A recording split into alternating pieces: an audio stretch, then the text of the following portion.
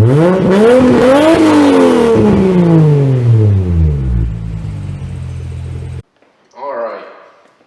so today we're going to go over some of the parts I've gotten for the build so far, and it's my birthday, so it's a good day for, that's why I'm already drinking a beer. Don't judge me, it's 10 o'clock in the morning, I'm already drinking, so not like that's really a big difference for me, and I dropped the bottle cap already. Today I'm going to go over everything and show you guys all the parts I have gotten in so far. There's still some stuff trickling in. I haven't gotten the trans yet, that stuff I'm still waiting on, but this is performance parts wise. I've started to install some of it because I'm impatient, so some of the video is going to be missing some of that, but it is what it is. I'm just going to go through now, so let me show you. Picked up the new tensioner for the car. The one on it I think was still good, but I figured might as well get a new one. Jose pretty much said I should replace it, so just going to put a new one on just for fuck's sake. I probably could have got away with just one, but it is what it is. So for the fuel, I started to pick up some parts. Fuel Lab inline filter. I didn't get a stainless steel filter just for the fact I'm going to be running 93, and well, it's not necessary. So I'll be able to replace these every once in a while, but with 93 I shouldn't have to really worry. You need to have a stainless steel filter if you're going with E85. Since I'm running 93, I don't have to. If you go with E85, they congeal over time, and stainless steel filter, blah blah blah, helps out. I don't know. I'm not as smart as half these guys that run these actual. Just know if you have E85, you should have a stainless steel filter versus one of these paper filters. Aeromotive fuel pressure regulator. My buddy Miguel has been hooking me up with all these parts so far. It's actually a really nice unit.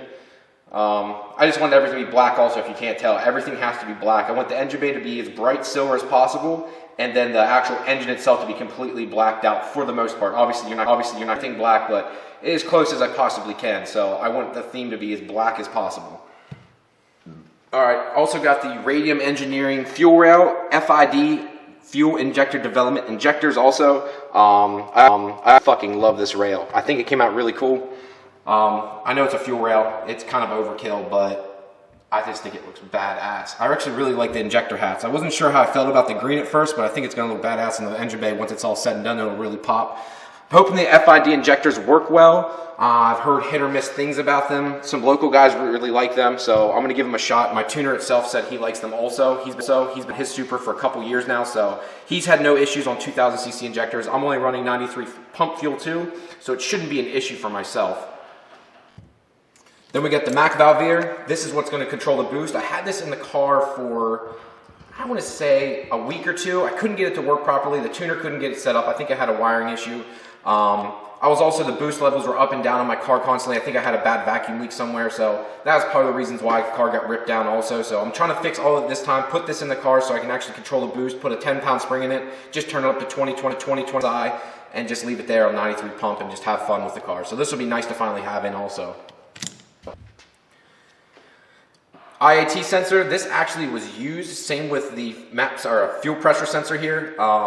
This came with my AIM Infinity, and I forgot all about it until I was downstairs looking in the box yesterday, so it's kind of nice to have. I have brand new ones now that are coming in the mail, so I guess I'll just have backups now, so it's kind of nice to have them, but kind of overkill for myself now that I spent all that money. A little stupid.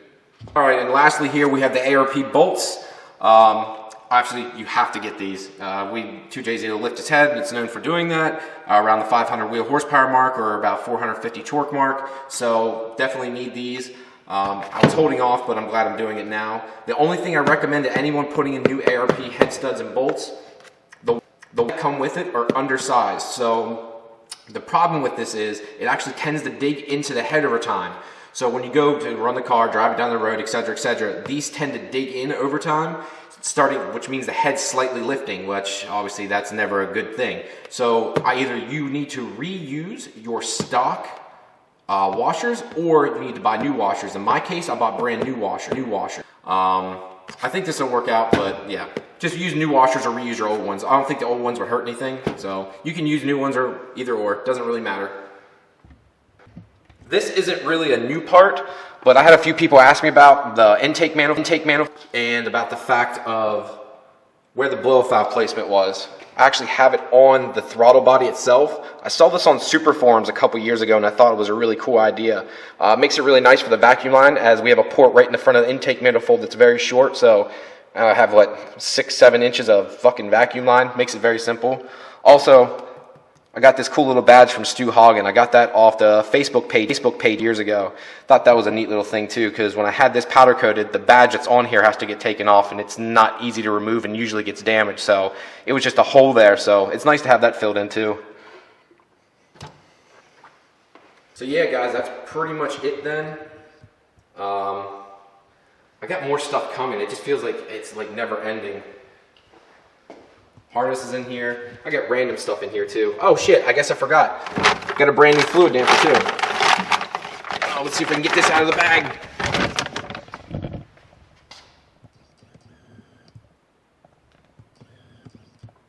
Damper from Fluid Damper. Had a couple people go back and forth with me deciding on what to do with that. Some people said ATI. More people, I should say, said ATI, but I had quite a few friends that are local and they've used a fluid damper and no issues. The way I was looking at it is I'm not a drag racer by any stretch of the means. This is going to be completely fine for me. And the fact it never needs service, it has some type of viscous fluid in it that lasts for I don't know. It's above my pay grade, but it doesn't need a machine. It just slides straight on, put a bolt on it, and you're good to go. Pretty fucking simple. I like the fact it's a solid unit. I don't have to worry about the rubber wearing out over time, nothing. So pretty excited to get this on. As my old one here, let's see if I can even get this zoomed in for you guys.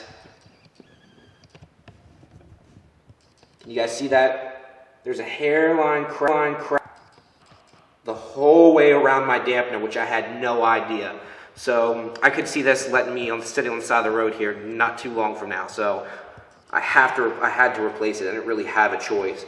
And to buy a brand new one from Toyota was like $400. It was actually cheaper to buy an aftermarket, nicer unit, go figure. So yeah, that had to be done. The garage is still a mess. I still have stuff everywhere. Car's still not done, obviously. Not going to be done. All the valves and springs set up. I thought this was a nice little idea. I went to Harbor Freight, marked everything on the top. I don't want to mess anything up here, but labeled it intake and exhaust, put everything exactly where it came out of the engine. I plan on reusing this stuff, so I wanted to make it as easy as possible for me. JD, downpipe, all the cool stuff. Block I need to scuff yet with 2000 grit sandpaper and some oil to try and smooth that a little bit since I'm not having the block depth. So the engine bay is still almost clean, guys. I need to work on it a little bit more. It needs cleaned up some. There's some like black spray here. If anyone can explain why Toyota did that, and it also has it around the AC there for some reason. It's like random black spots. I don't know what it's, and it won't come off. I've seen it on other factory cars. I have it down here too. I'm not sure why Toyota does that. I was hoping it was all silver, but it's not, unfortunately.